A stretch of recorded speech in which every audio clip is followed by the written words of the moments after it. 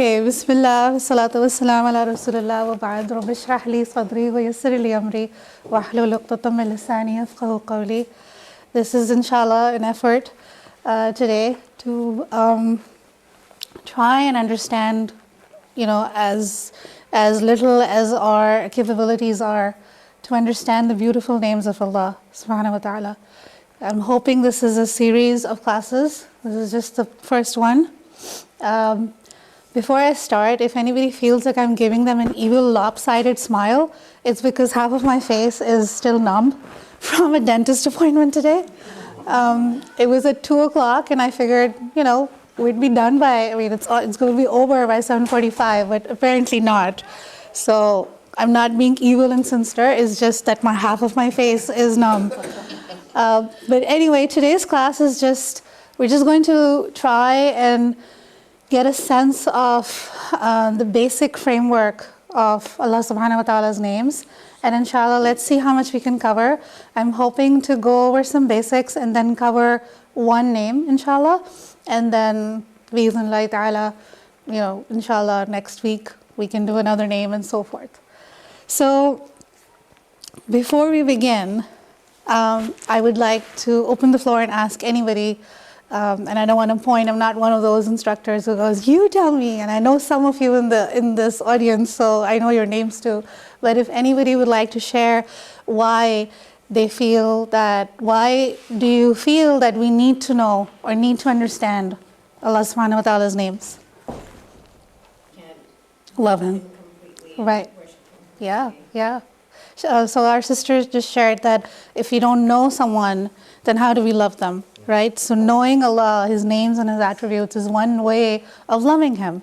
What else? Is there anyone else who'd like to share? Fazia? I love 99 names because I see each one as a dua. Mm-hmm. And so whenever I'm in a closed space, I say Ya Fatah. Mm-hmm. Or I use them, my mentees know, and we use these names to as forms of dua. Mm-hmm. And so that's how I live my life. Right. With these names. Yeah. So as a form of dua, what else? I saw a few hands. I'm not trying to ignore the brothers, but the girls are more active. What can we say? Well, yeah, go ahead. Also to understand what Allah is and what Allah is not. Right. Yes. Yeah. So ma'arifa, like we say, like really getting to know the person, including what he is and what he's not. Right. Absolutely. What else? Anybody? No? Okay, I give you guys a 0.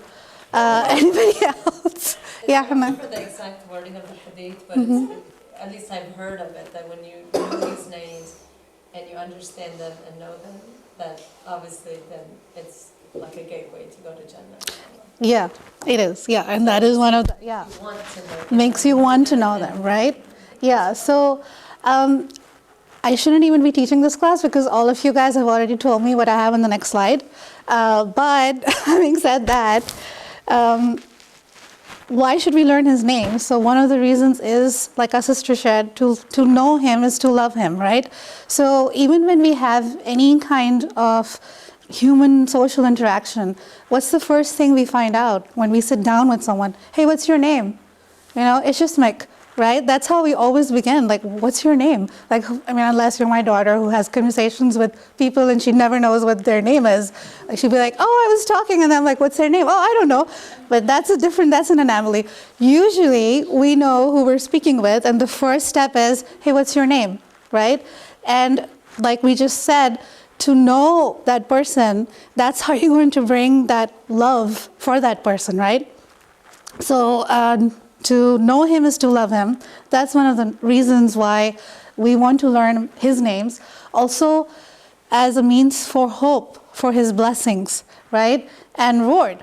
Like Sister Fazia said, that, if she's in a place and if it's too narrow, she'll say, Ya Fatah, because she wants, she's hoping for Allah's blessings. She's hoping that the space will open up for her. Fear. Also, right?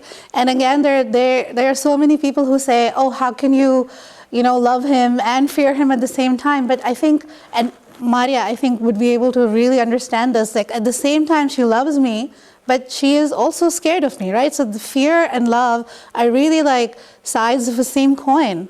Because the fear that you have for Allah is the fear not of his anger, yes, fear of his anger too, but it's actually the fear of displeasing him, right? That's the whole fear. So knowing his names, like knowing what Jalal means, or Al-Qadir, or even Ar-Rahim, Ar-Rahman, all these names, they're actually also, to invoke that feeling that we have that, okay, we don't want to displease him. We don't want Allah to be angry with us. And lastly, mercy. Like Sister Fazia said, it's a means of making dua. And, the first ayah I had on the beginning of the slide, it said, Lillahi al-asma al-husna fad'uhu biha. Right? So we've been asked to,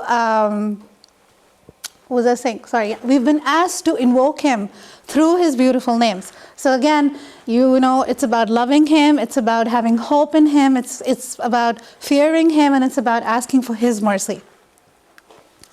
Moving on, this is the hadith that Sister Hanan was talking about. Is there anybody who would like to read the Arabic, and then anybody else who would like to read the English? Yeah, go ahead. It's the Arabic. Yeah, go ahead. عن أبي هريرة رضي الله عنه أن رسول الله صلى الله عليه وسلم قال إن لله 99 اسماء. 100. 100 like 100 okay 100 إلا واحدة من أحصاها دخل الجنة. Anybody who would like to read the English? Maria, you want to read it? Go ahead. Yes. So whoever, Jazakallah khair, Maria. So whoever memorizes them will enter Jannah. And again, this is a Sahih Hadith, is there in Bukhari and Muslim, muttafaq alayh. So let's break this Hadith down and really try to understand what does it mean. And is it really that simple? Are you just supposed to memorize the names and that's it? Is that your ticket to paradise? Yes or no? No, right? It can't be that simple. So the 99 names, let's try and understand how those are broken up. So 68 are available to us. So 68 are available to us through the Quran. The Quran mentions 68 names. And 31 are found in narrations. And that totals, hopefully my math is correct, it's a 99. Okay, so these are the ones that have been revealed to us. But are they only 99 names? Yes or no? No. Okay. So there is a Masnoon Dua, and if anybody would like to read this, or I can read it. Any volunteers for the Arabic? I can go ahead. أسألك بكل اسم هو لك سميت به نفسك أو أنزلته في كتابك أو علمته أحدا من خلقك أو أستأثرت به في علم الغيب عندك. Okay, so I ask you by every name that is yours, by which you have named yourself, or which you revealed in your book, or which you have taught any one of your creation, or which you have kept to yourself in the knowledge of the unseen that is with you. This is again, it's in Ahmad, and Shaykh Albani, he graded it as Sahih. This itself is, I think, a very big proof that there are more names. It's just that we know 99 of them. And again, I think it would be just against our fitrah to have any kind of restriction attached to Allah subhanahu wa ta'ala, right? Like, it doesn't sound right that if we say, oh, Allah only has 99 names. Like, who are we to restrict anything about Allah subhanahu wa ta'ala, right? So, and again, we have proof that there are more than 99 names. These are just the ones that have been revealed to us. So, let's go back to the hadith that we spoke about earlier, Abu Hurairah's hadith that says, وَمَنْ أَحْصَاهَا دَخَلَ الْجَنَّةِ. Some scholars also, like Imam Bukhari in his, like the book, he talks about, he says, أَحْفَظْهَا or حَفِظَهَا, which literally means to memorize, but there is ikhtilaf. Some ahadith say أَحْصَاهَا, and some ahadith say حَفِظَهَا. So what does أَحْصَاهَا mean? Does anybody have any idea? because the hadith, the word is Man ahsaha dakhal al-jannah. Any theories? Understanding. Okay, what else? Does anybody know the root of, any Arabic speakers here, do they know the root of ahsaha? Okay, so let's see. There are different meanings. Okay, so the first is, Ibn Hajar speaks about this in his book. One of it is that to use all these names in order to receive what you're asking for. That's what ahsaha means. One of the opinions is that you use these names to make dua to Allah. You use these names to invoke His mercy, to invoke His forgiveness, to invoke His love, to invoke His friendship for you, Ya Wadud, right? So that is one understanding of what ahsaha means. That is, that it means that if you use His names to seek Him, dakhal al-jannah, you enter paradise. Okay? The other understanding is, any second now? Okay. The other understanding is emphasis. So to emphasize what is being sought using the essence of the name. As Sister Fazia shared, if she's in an enclosed space, she says, Ya Fatah, right? Or if I'm in desperate need of His karam, I'll say, Ya Kareem, Ya Rahman, right? So it is different from dua, if there is a confusion about these two, it's understandable because both are talking about du'as. But the difference is, over here, you can be using any name to seek something from Him. It doesn't necessarily have to be like, for example, if you're seeking for the place to open up, right? You don't have to say Ya Fatah, you can just say Ya Wadud, right? Ya Ghafurur Rahim, Ya Dhul Jalali wal Ikram, right?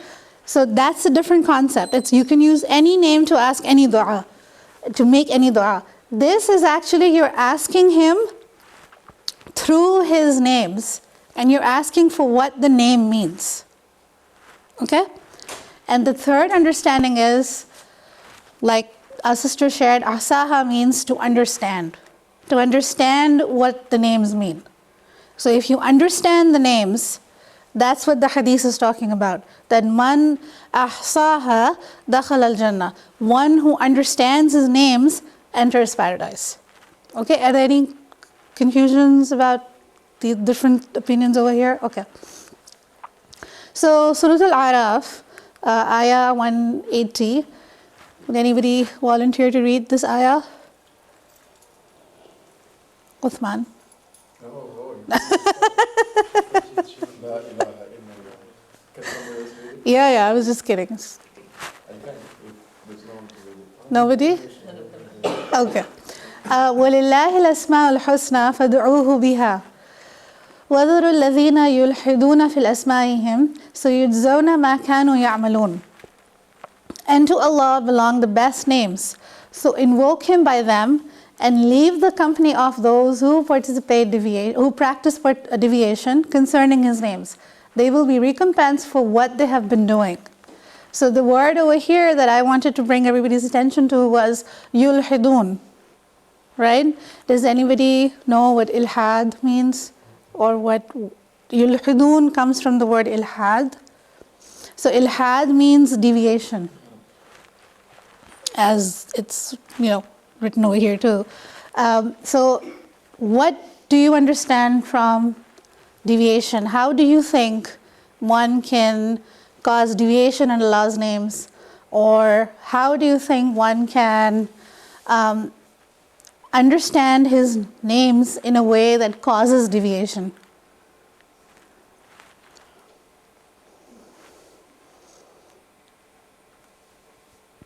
Yeah. I assume that Allah subhanahu wa ta'ala is Ar-Rahman Ar-Rahim, so I can just go to wherever I want. It's fine, He's Ar-Rahman Ar-Rahim. And He'll forgive me. That could be one. Anybody else? So there are different forms of deviations, right? And Abdul Razak talks about it in his book. One is to separate the meaning from the attribute. So if I say Al-Basir, I don't really believe that Allah is Al-Basir. Al-Basir means the all-seeing. Okay? So I don't believe that He can actually see everything. I remember once my son, mashallah, he's 12 now, but when he was really small, and I was telling him, he was really small, but enough to, have a conversation with, and I was telling him that, Allah is He's able to see you. And he looked up and we were inside the room and he's like, no, but there's a ceiling. Like when we're outside, he can see me, but right now, like his view is blocked. So he can't see me, So it's like the ostrich approach, right? You just go and you hide. You're like, no. Or cats do that too, Like when I take my cats, I have 4. When I take them to the vet, like one of them like goes and hides over here, and because if she can't see the vet, then that means the vet can't see her. But that's obviously not true. But if you separate the meaning from the attribute, that is a form of deviation. So we must believe one of the basic aqaid of understanding His names is that if His name is Al-Basir, that means He has the basar. If His name is As-Samir, that means that He has the samr. He is all hearing. Assalamu alaikum. And so on and so forth. The second form of deviation is to name idols. Now, of course, in this day and age, we don't have idols, and that's not happening. But there was a time when there were idols, and at that particular time, they used to name their idols after God's name. They used to call them ilah. Right? So that is a form of deviation. Again, we don't see it now, but if you look historically in Jahiliyyah, in the pre-Islamic era, they used to name their idols by God's names to signify a deficit. So this is like a big, thing that our brothers or sisters and other faiths say. You might have heard this saying that Allah created. So have you considered why Sunday is off? Is an off day? It's a holiday. Everybody goes to church. Does anybody know why? So according to them, they have this, or at least some of them, they say that Allah took 6 days to create the heavens and the earth, and then on the 7th day He rested, which is Sunday. So He needed rest, na'udhu billah, and so Sunday is when they rest. Well, obviously, we don't believe that, right? We believe that istawa ala al-arsh, He made everything and then He sat on His throne, right? So He doesn't need any, in Ayatul Kursi, we read that in and out every day. We read it several times, that He doesn't need any, there's no sleep deprivation, there's no need for rest. So another way to talk about, to deviate His attributes is to think that there is some deficit attached to His names. Okay? And lastly, or not lastly, I lied, I think, because there's one more, to make up names. And this, I feel like we do it a lot, but we don't really realize that we're doing it. Like I've heard people, and who knows, maybe I've spoken like that too before I became a little more conscious of it, will say, oh, Allah is so sweet. Have you heard people talk like that? Oh, He's so cute. Okay, you're not talking about a stuffed animal, firstly, right? You're talking about Allah subhanahu wa ta'ala, right? Al-Azza wa Jal. So there is no way that you can use all these, different names, and don't make up names. Even when we're talking to kids, sometimes I think we need to be a little more conscientious of how we're speaking with them, and not, if we say that Allah won't like that. Let's be more conscious and say Allah will not be pleased with that. You're going to invoke His displeasure. Just a little more conscientiousness involved in how we talk about Allah subhanahu wa ta'ala. And let's not make up names for Him. And lastly, to draw comparisons. Again, na'udhu billah, a human being's sight cannot and never can or never will be the same as Allah subhanahu wa ta'ala's basira, right? So another way to deviate is to compare His attributes to our attributes, right? Allah in the Quran, we talk about Allah's yad, Allah's hand, right? Allah's saq, His leg. But does that mean that it is in any way, shape or form comprehensible? Is it like this? No, and we don't even need to think about what it's like, right? Inshallah, we'll see it all in Jannah. Inshallah. So again, these are all the different forms of deviations. Does anybody have a question? Yeah? Yes, name idols. So in the pre-Islamic era, they had idols, right? So they used to name them, like the asnam, they used to name them ilah al-fulan. So the word ilah is actually, it means God, right? So in this day and age, like I said, that, we won't inshallah find this happening, but in Zamana Jahiliyyah, this used to be a practice where they take God's name, take Allah's name, and they used to name their asnam that. Okay? Is there a most preferred name? Are you raised? Sorry. Sorry, I just had a question about Yeah. naming the idols. Would that extend to naming humans also? Those particular attributes, using those attributes and giving that name? That's a good question. There is a khilaf. Like for example, I think think of a name. Like I know people name their kids Abdul Malik or Abdul Ahad, but I have seen people just name their kids Ahad or Malik, or maybe it's there in writing somewhere, but they don't actively seek it. But in terms of attributes, Samir, right? The name Samir. So it should be Abdus Samir, right? So in that sense, that if you're actually using it like that and giving people names, thinking that. But I mean, honestly, I don't think people really go to that extent. But yeah, there could be a form of deviation. Yeah, that's a good question. So, is there a most preferred name? What do you think? What do you guys think? Do you think there's a name that is most preferred by Allah subhanahu wa ta'ala? No. Okay, what is your most preferred name? For Allah. I don't want to hear people tell me their nicknames. For Allah subhanahu wa ta'ala, what is the one name that you find yourself using a lot? Unconsciously, you use it a lot to call upon Him. Does anybody have any favorites? I always am calling on Ya Wali, Ya Wakil. Ya Wali, Ya Wali, Ya Wakil. Ya Wakil. What else? Anybody else? Did he say Allah or Rahman? Yes, so Ar-Rahman. Okay. What else? Anybody else? Any other favorites, personal favorites? Yeah? This is kind of basic, but I think I defer back to Allah because in my head sometimes I feel like it encompasses all of it. Everything, right? And sometimes you're just like, Allah, you don't know what else to say. You're just like, just Allah. You figure it out because I don't even have the words to explain to you what I'm going through, right? So just Allah. So yeah, there's a difference of opinion, as with I feel like almost everything, on what the most preferred name is. So there are different viewpoints.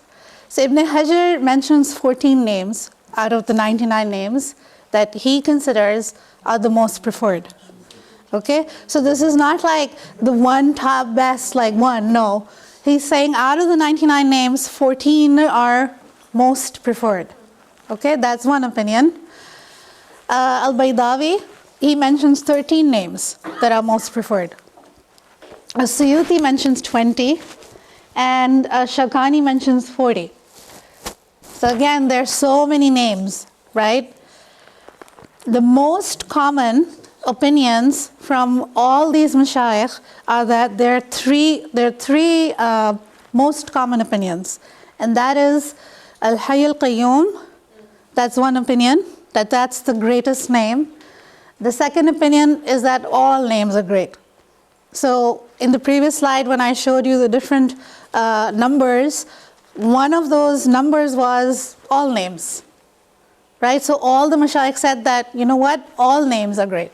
So there's no one name or a couple of names that are great, okay? And lastly, Allah. That's the most preferred name. So these are three different opinions. And I just wanted to talk a little bit about why they came to this opinion. That, for example, Al-Hayy Al-Qayyum, there is a famous hadith that talks about, and I had it in my there it is. So I'm going to read it from here because it's not over here. So it was narrated from Anas radiallahu anh that he was sitting with the Messenger sallallahu alaihi wasallam, and a man was praying. Then he said in supplication, "O Allah, I ask you by virtue of the fact that all praise is due to you.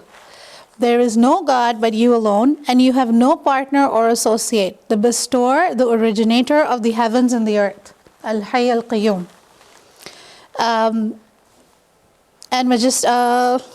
The bestower, the originator of the heavens and the earth, the possessor of majesty and honor. O ever living, O sustainer, Al-Hayy Al-Qayyum.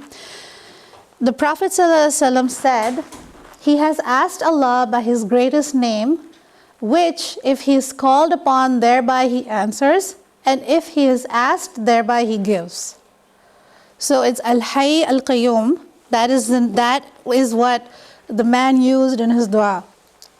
And Rasulullah ﷺ heard him and said that Allah has been asked by his greatest name, and if anybody uses this name to call to Allah, Allah answers his dua and he listens to him. And this has been narrated by a lot of famous scholars. So that is one proof. And again, there are different ahadiths that show that Al-Hayy Al-Qayyum is one of the preferred names. But I just wanted to bring one to share with all of you. All names. This is an opinion again that all names are preferred. And lastly, the last opinion is Allah. And why is it that Allah is one of the preferred names? So before we move to that, before we try to answer that question, let's talk about the name Allah.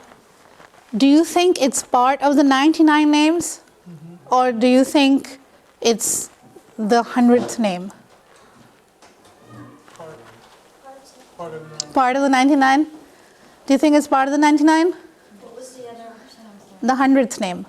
So the 99 names is excluding Allah. It's included? Okay. So yes and no. Yes. So yes and no. So did everybody enjoy my, parts? Okay, so I'm pretty sure I'm good in animation by now. You can give me like a certificate for that. So there is an opinion that Allah is the 99th name. But there is an opinion that says that no, Allah is not included in those 99 names. It's the 100th name. So 99 plus 1 to signify greatness. Do you, how many of you, What's the odd name out there? Yeah. What do you mean? So if you listed all names, including Allah, would there be 100 or 99? They would be, so they break, the ones that are compound, they count them as two separate. Okay. Yeah. So the difference is between... Yeah. So how many of you, like in your cultures, when you're giving a wedding gift in cash, how many of you attach like one to it? Like a single dollar, or like we give 101 rupees, or anybody in their culture, or are we Pakistanis the only anomaly here? You give an odd number, right? Anything else we always do odd with? Nobody prays with it? Okay, right, good. You guys scared me. I'm like, what is Imam Farhan teaching you guys, right? So it's, the one, the witr, that signifies the greatness. So there are scholars who believe that we don't want to include, and because these scholars believe that Allah is the most preferred name, is the greatest name, that's why they believe that we don't want to keep this in, as part of the rest of the bundle. Instead, we want to move it out and have its own special place and give it that one position, that 100th position. Okay? And also if you look at, I don't want to get too mathematical here, but if you go into double digits, right? The 3-unit place starts from 100, correct? So that's signifying 99 is 2 units, and then 100 is 3 units, right? 100. So that sort of signifies the beginning of one more additional, one more for greatness. Okay, so those are the different opinions. Let's talk about Allah's name. Okay, that now we're actually beginning the class on welcome to my class. This is a class about Allah's beautiful names, and so far I had just been building up and giving you a foundation on where we're coming from and where we are right now. And the first name that we are hoping to talk about is Allah. So let's look at the meaning of the word Allah. So the meaning is derived from the word ilah, and it means God. It means creator, sustainer, ruler. And again, in the pre-Islamic era, they used to name their asnam, they used to name their idols, they used to call them ilah, okay, which literally means Allah. It means God, any God, like a generic God, okay? Shar'an, it's one of the opinions is, and my personal humble opinion is that Allah is, I agree with the opinion that says that Allah is Ism al-Azam, Wallahu alam, but it's Ism al-Azam, Sharan, and it's the name that Allah has prescribed for Himself, by Himself, right? Like when He talks about Himself in the Quran, this is who am I? I am Allah. He is actually using this name and introducing Himself to us, right? Alhamdulillahi Rabbil Alameen. That's the first, what we read in Surah Al-Fatiha. No other name has been spoken about like that. That's the first ayah, right? Alhamdulillahi Rabbil Alameen. So Allah is right there in the Alhamdulillah. So it's right there in the first, couple of words. And He's prescribed as He attributed this name to Himself. So that's what Allah means in the Shari meaning. Now, how do we use, we say, oh Allah, but we read so many du'as that start with Allahumma, right? And Allahumma is actually, Ya Allah, oh Allah. So one of the most common adwiya that we read is Allahumma. Yes, you are right, mashallah. So Allahumma is a manner to call upon Allah. It means, oh Allah. It was actually used in the pre-Islamic era too. They used to say, Bismika Allahumma. Bismika means and we say that too, right? We say Bismika Allahumma.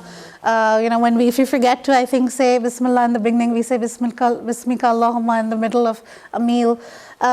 Linguistically, the grammarians, there's obviously a big science for Nahu, as you guys know. So there are two views. One is that Allahumma is a shortened form of Ya Allah, amanna bi khair. Okay, this is supposed to be a zabar, a hamza with the fatha on top, amanna bi khair. Okay, so Ya Allah, amanna bi khair, if you shorten it up, it's Allahumma. Amanna bi khair means bestow us with khair. The other opinion is that the meme is for O, which is Ya al-Nida. If anybody are there any people with grammar background, Nahu? No Nahweens over here? Okay. So, Ya al-Nida is something that we study in grammar that, we say, oh, don't we say hey, right, to people? like, hey, you know, we're calling somebody. So, oh Allah, the oh is actually the ya and nida, and the meme signifies that part. Okay, this is just like, I'm sorry if it's too complicated for some of you, but it was just like a little background I wanted to give to you on what Allahumma means. Now, let's talk about some of the du'as, and then I'm going to close this class. You know, we read this a lot, right? Allahumma inni as'aluka al-huda wa-tuqa wal-afafa wal-ghina. Allahumma musarrif al-qulubi sarrif qalbi ala ta'atik. So, I didn't realize that I was actually using Allah's name when I was making this dua. I always used to think about Ya Rahman, Ya Rahim, Ya Al-Hayy, Al-Hayyul Qayyum, you know, Ya Wadud. But every time we're making a dua that starts with Allahumma, you might be utilizing the greatest name of Allah when you're asking Him for something. How does that make you guys feel? Right? We don't even consider Allah as like one of the names. That is, that if you understand it, if you use it to call upon Him, it can get you into Jannah. I want to close today's class by asking any one of you to share your personal favorite Allahumma du'as and why you think it's your personal favorite. Mine was the one that the one that I posted there. Allahumma inni as'aluka al-huda wa-tuqa wal-afafa wal-ghina. That's one of my personal favorites. So we're asking for huda, which is hidayah. Allahumma, I totally forgot, what was it? Allahumma inni as'aluka al-huda wa-tuqa. You're asking for taqwa. Wal-afafa wal-ghina. Asking for afiyah, asking for peace. Wal-ghina. Ghina from the world. You know, ghina means like to be aghniya. It means like to not have to worry about people, to not have to worry about the world. You know, you're just, all you care about is that He is pleased with you, and that's it. And when you start, it's obviously a struggle. It's not going to happen overnight, and for some people it doesn't happen their whole life, right? But you're asking for that kind of ghina which makes you oblivious to what other people are doing. So anybody would like to share their personal favorites? Yeah. First, I want to say, mashallah, I never thought of Allahumma. Yeah, as a name. Yeah. I just never correlated it. Yeah. I'm actually saying Yeah. Allah. You're using Allah's name, yeah. Yeah, most of that.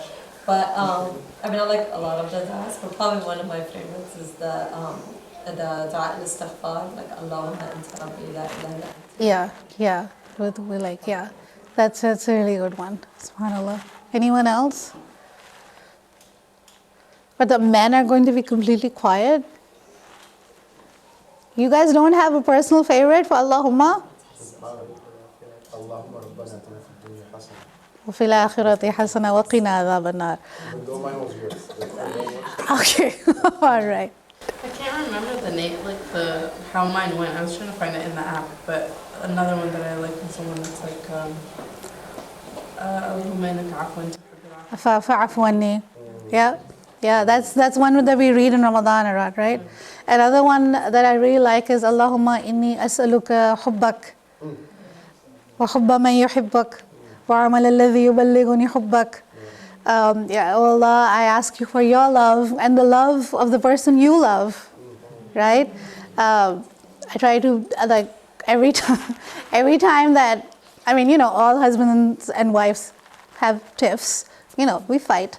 Yes, even Imam Farhan fights. It's, you know, it's not like, oh my God, what's happening? And it's not blasphemy. But whenever we're arguing and I'm like, don't talk to me ever again. And I start, you know, reading this dua that, okay, you know, Allah, you know, give me your love and give me the love of the person who you love. And, you know, bring us closer together, you know, with afiyah. So that is also one of my personal favorites. Allahumma inni as'aluka hubbak wa hubba man yuhibbak wa amal alladhi yuballighuni hubbak. So that is it from my end. One of my favorites is actually the one my sister shared, Allahumma, but one just a funny one that we should all like is Allahumma barik lana fima razaqtana, because then it's time to eat. Yes. Yep, that's so true. So just want to leave you all with this. Inshallah, let's try to be more conscious of all the Allahumma and du'as that we're making, and we're actually invoking Him by, inshallah, one of His greatest names. If anything, I know there are difference of opinions, but if anything, at least we know that Allah is one of the greatest names, because it's a name that is given to Him by Him Himself. So, what greater good can there be? So, inshallah, let's spend the next few days, inshallah, being a little more conscientious about how we read Allahumma du'as. And that is it from me, inshallah. Bismillah ta'ala, we'll see whoever is here next week, and we'll try to do the next. I think we're doing Ar-Rahman and Ar-Rahim next week. But the format will be pretty much the same. We will cover the lagwi meaning, we'll cover the shari meaning, and then we'll talk about where it's at in the Quran, and so subhanakallahumma wa bihamdika ashhadu an la ilaha illa anta wa atubu ilayk. Assalamu alaikum wa rahmatullahi wa barakatuh.